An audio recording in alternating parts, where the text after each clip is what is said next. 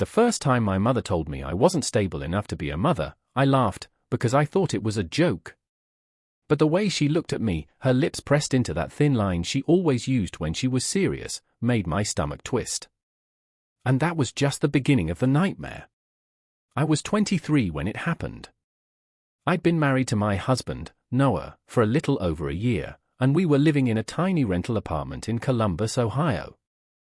We didn't have much second-hand furniture, a shaky dining table that wobbled if you leaned too hard, but we had each other, and for the first time in my life, I thought happiness might actually be possible.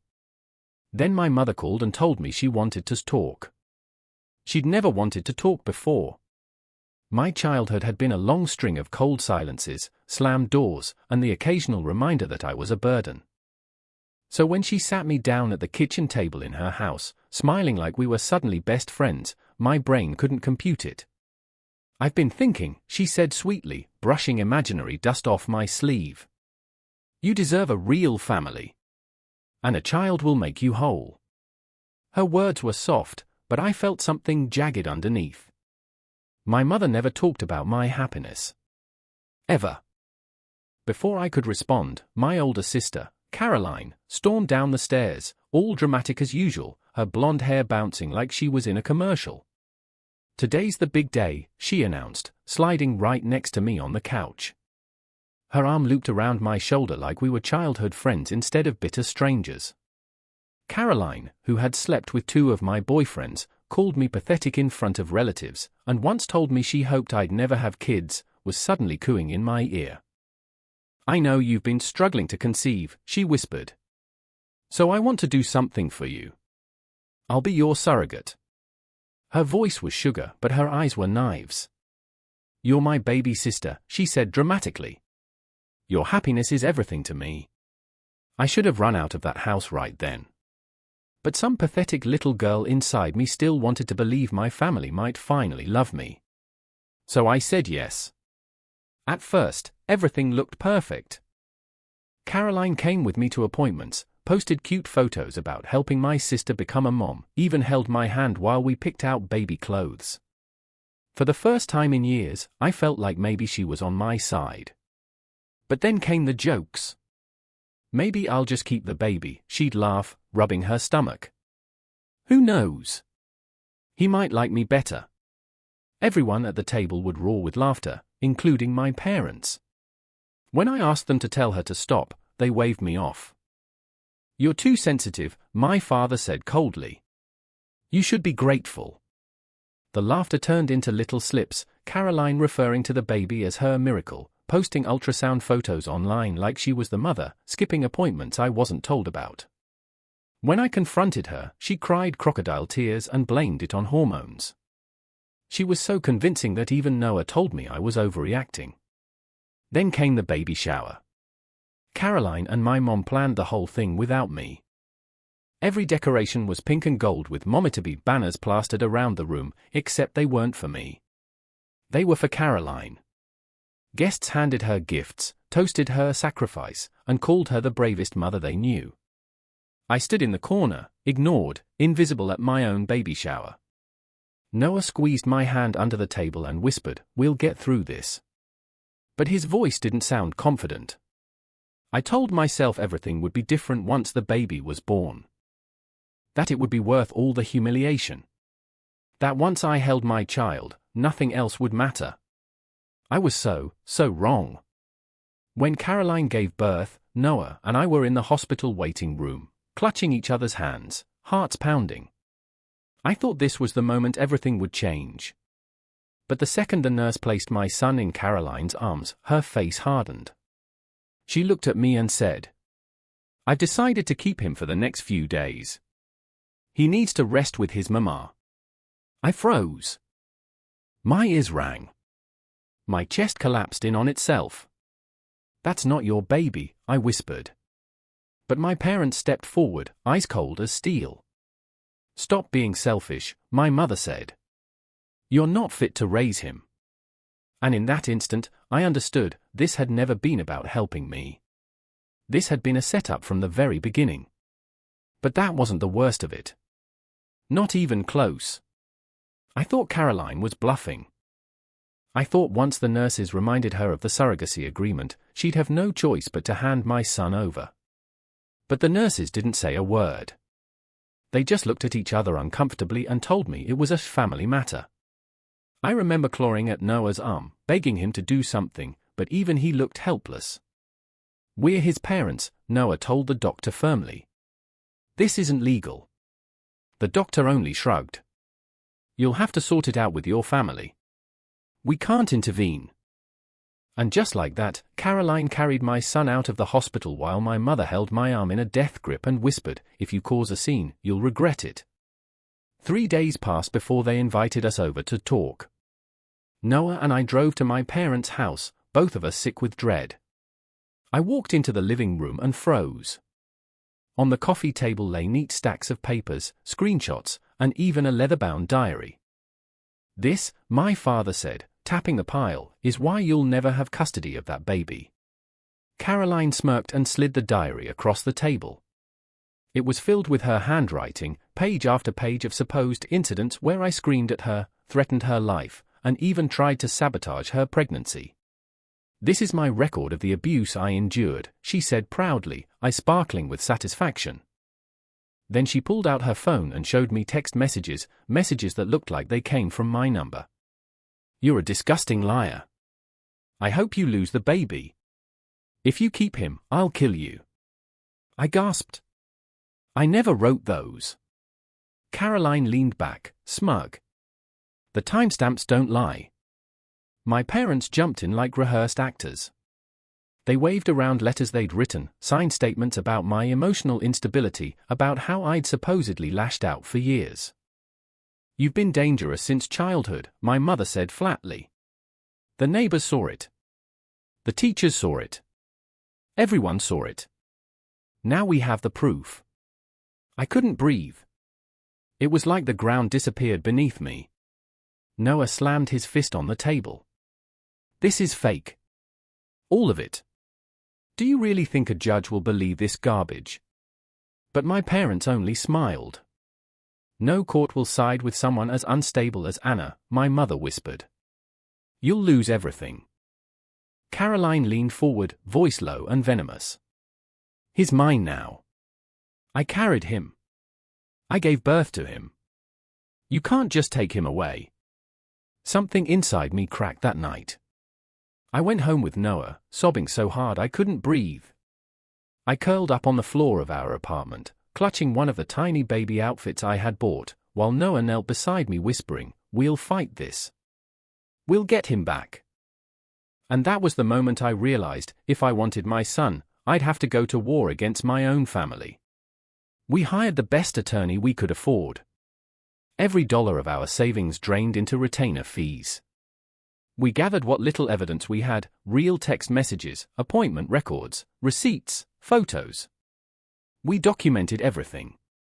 When the court date finally came, Caroline strutted in wearing a pale pink dress, her hair styled perfectly, carrying a baby bag embroidered with mommy. My parents walked beside her like royalty.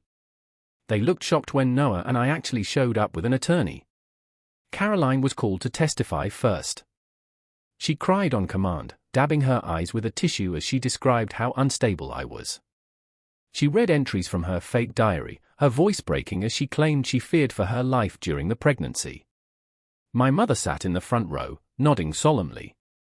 My father glared at me like I was a criminal. Then it was our turn. Our lawyer methodically dismantled their lies. He produced real text logs that contradicted Caroline's fabricated ones. He pointed out inconsistencies in the diary. And then he dropped the bomb, the surrogacy agreement Caroline had signed months before. Caroline's confidence began to crack. She stammered when cross-examined. She avoided eye contact when pressed about details. And then came the moment that changed everything, when the judge reminded her she was under oath, and she broke. She admitted it. The texts were fake. The diary was fabricated. My parents had helped her stage everything. The courtroom gasped. My mother went pale, hissing at Caroline under her breath, "You coward." My father's fists clenched so tight his knuckles went white. The judge's gavel slammed down. He ordered my son returned to me and Noah immediately. He announced that a criminal investigation into my family's actions would begin. I signed the custody paperwork with shaking fingers, tears blurring the words. For the first time, my son was legally mine. Noah squeezed my hand under the table, whispering, "We did it. He's safe." But deep down, I knew this wasn't over. Because my family never lost quietly. And they weren't about to start now. For the first week after the court ruling, I barely slept. Not because of the baby, Ethan was an angel, but because I was terrified someone would knock on our door and take him away. Every night, Noah double-checked the locks, then triple-checked them. We lived in a modest 2-bedroom apartment, nothing fancy, but it became our fortress. I took photos of every feeding, every diaper change, every nap, documenting everything in case my family tried to twist reality again. Our lawyer had warned us, don't assume this is over. People like them don't stop. 2 weeks passed. We started to relax.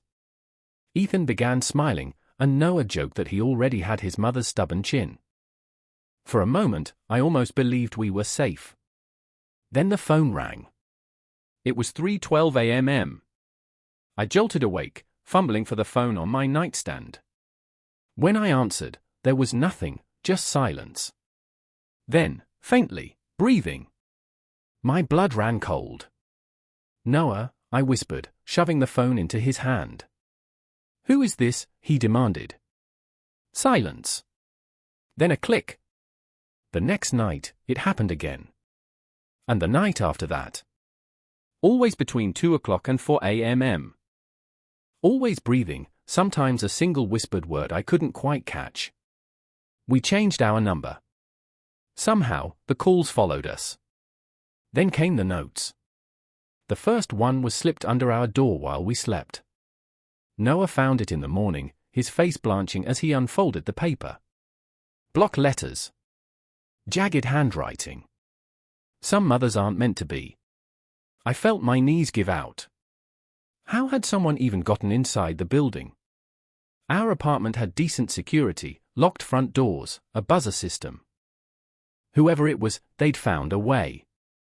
Over the next week, more notes appeared. He deserves better. Mistakes have consequences. We're watching. Each one vague enough to avoid being a direct threat, but the message was clear. Noah wanted to take them to the police, but I hesitated. What if they thought I was paranoid? What if my family spun this as proof I was unstable? Noah didn't wait for permission. The next day, he installed security cameras, one at our door, one in the hallway with the landlord's permission, one in the parking lot. But when the next note appeared, the door camera malfunctioned. The hallway camera caught shadowy figures in hoodies, faces down, moving fast. Unidentifiable. I felt like the walls were closing in. I jumped at every sound, every creak. Noah started working from home, too afraid to leave me and Ethan alone. That's when it escalated. Noah's boss called him into the office for a meeting. He came home pale, clutching a folder of paperwork. Someone sent an anonymous email to corporate, he said, voice hollow. They're accusing me of embezzling funds. They listed specific dates, transactions, everything. My jaw dropped. But that's impossible. You haven't. I know. His hands trembled as he flipped through the papers. But they suspended me. Until the investigation's done. Weeks dragged by.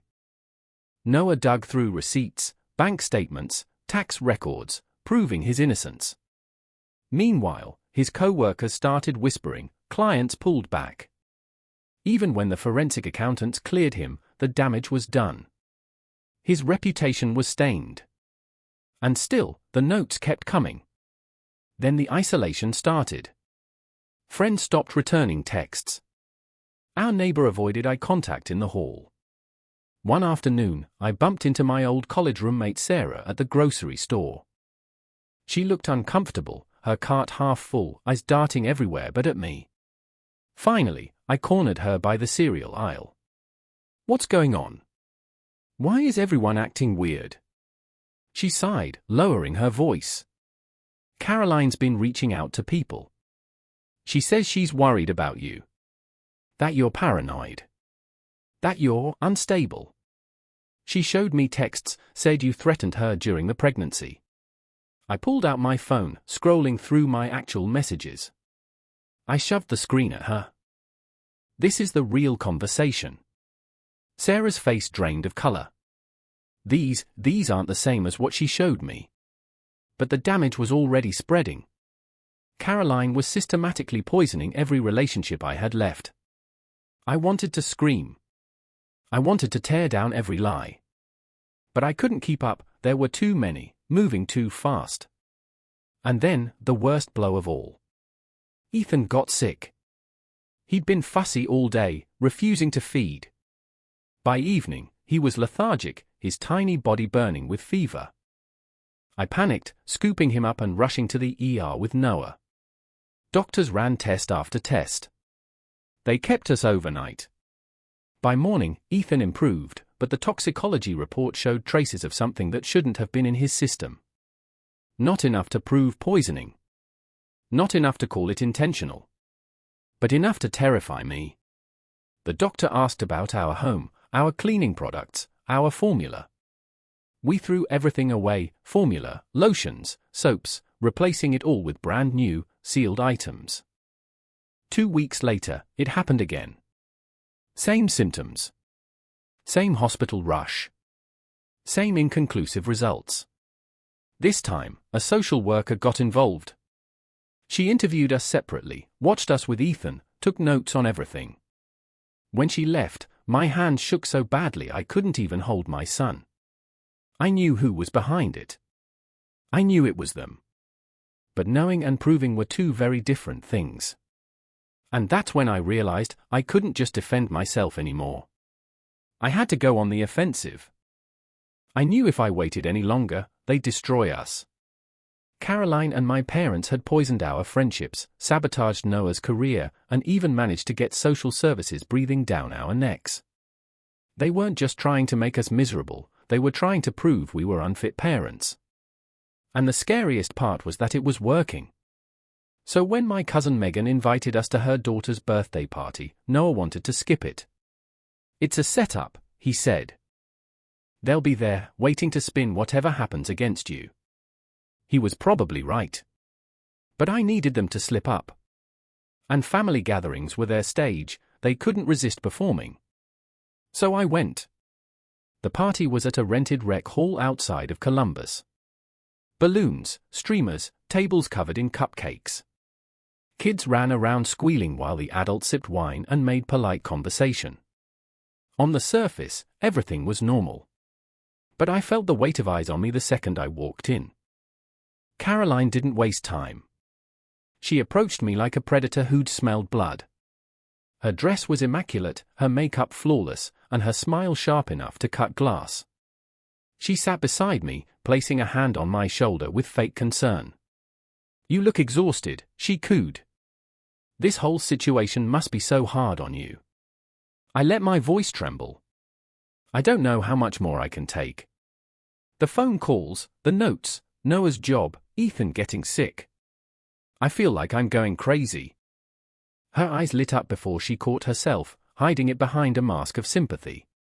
"Maybe you need help. Professional help. I could recommend someone. You've been under so much stress." I lowered my gaze, whispering, "I just want it to stop. I want Ethan to be safe." She leaned in closer. He would be safe with someone more stable.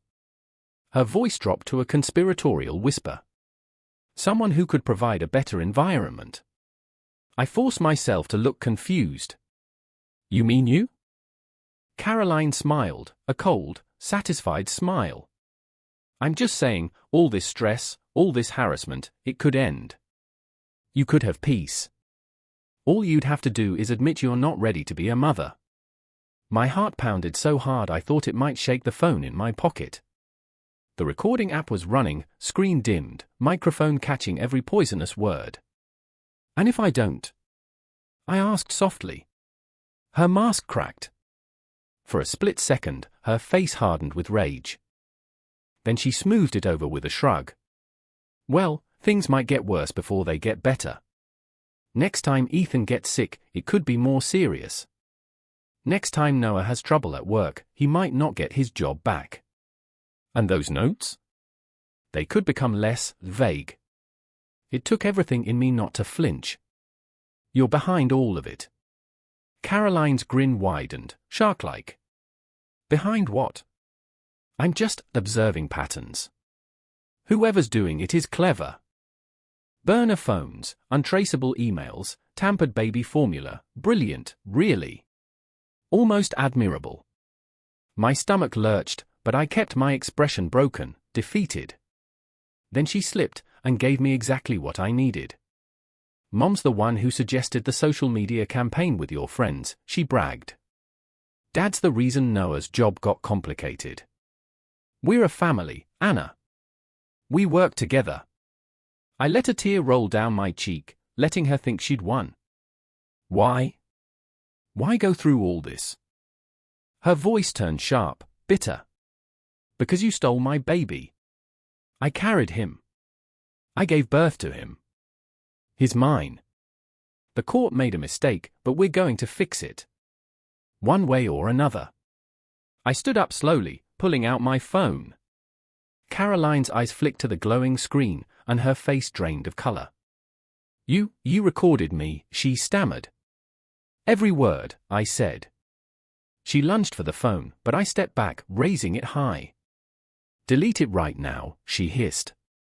I'll deny everything. I'll say you edited it, tricked me.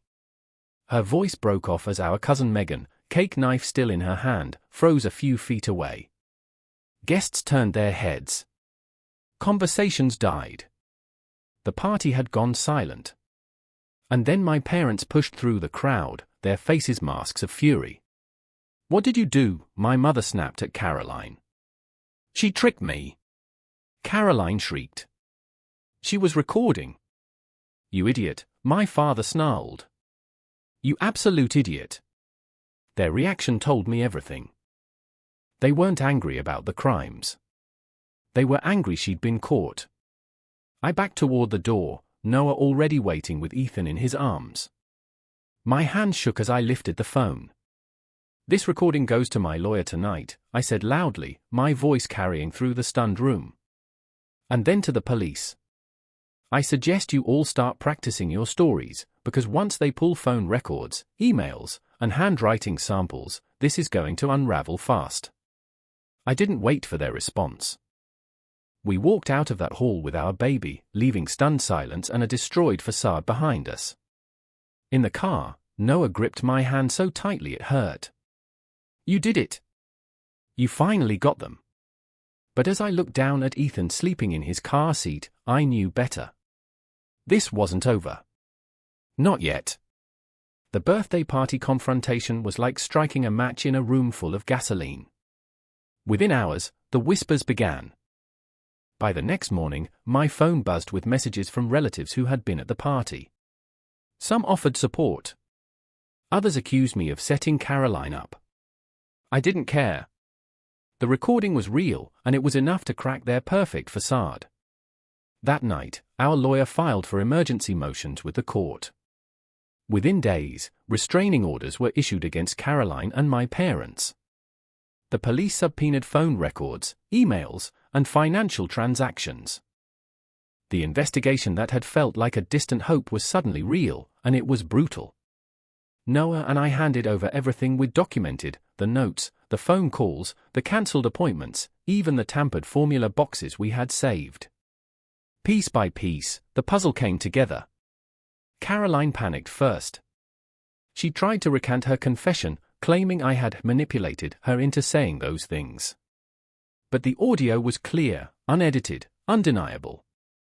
When detectives matched the date she mentioned with actual bank withdrawals, utility shutoffs, and Noah's fraudulent HR complaints, her lies crumbled. Then it was my mother's turn. Investigators traced the cancelled doctor appointments to a phone registered to her assistant. Screenshots of emails surfaced, one she'd sent to family friends with fabricated text conversations painting me as abusive. My father was last to fall, but his collapse was the loudest. He had used his business connections to funnel anonymous complaints against Noah's company. The emails came from servers linked to his office. Even his golf buddy, the one who had mysteriously known about our finances, turned on him when pressed by the FBI. The house of cards came crashing down. Court was brutal. Caroline sat on the witness stand, mascara running, blaming hormones, blaming pressure, blaming anyone but herself. My mother sat stiff, her face carefully blank, while my father seethed openly, glaring at me like I was the one who had betrayed them. But none of it mattered. The judge had heard enough. Caroline was convicted of perjury, fraud, and custodial interference. She was sentenced to 18 months in a minimum security facility, plus probation. My mother received probation and house arrest for her role in the harassment. My father, the self-proclaimed untouchable patriarch, faced the harshest punishment, 15 years for wire fraud, conspiracy, and identity theft. The day the verdicts were read, I sat in the courtroom holding Noah's hand. My parents' faces were stone, but Caroline's crumpled when the bailiff stepped forward to cuff her wrists. She mouthed, "He's my baby," one last time before being led away. But she was wrong. He was mine. He had always been mine. When we walked out of that courthouse, Ethan's tiny hand wrapped around my finger, the sunlight felt different. Warmer. Real. The harassment stopped overnight. No more midnight calls. No more notes. No more whispers about my instability. For the first time since Ethan's birth, I felt like we could breathe. Noah found a new job, one that valued his resilience instead of punishing him for gossip he never deserved. We moved into a small house with a yard, where Ethan could toddle around chasing bubbles.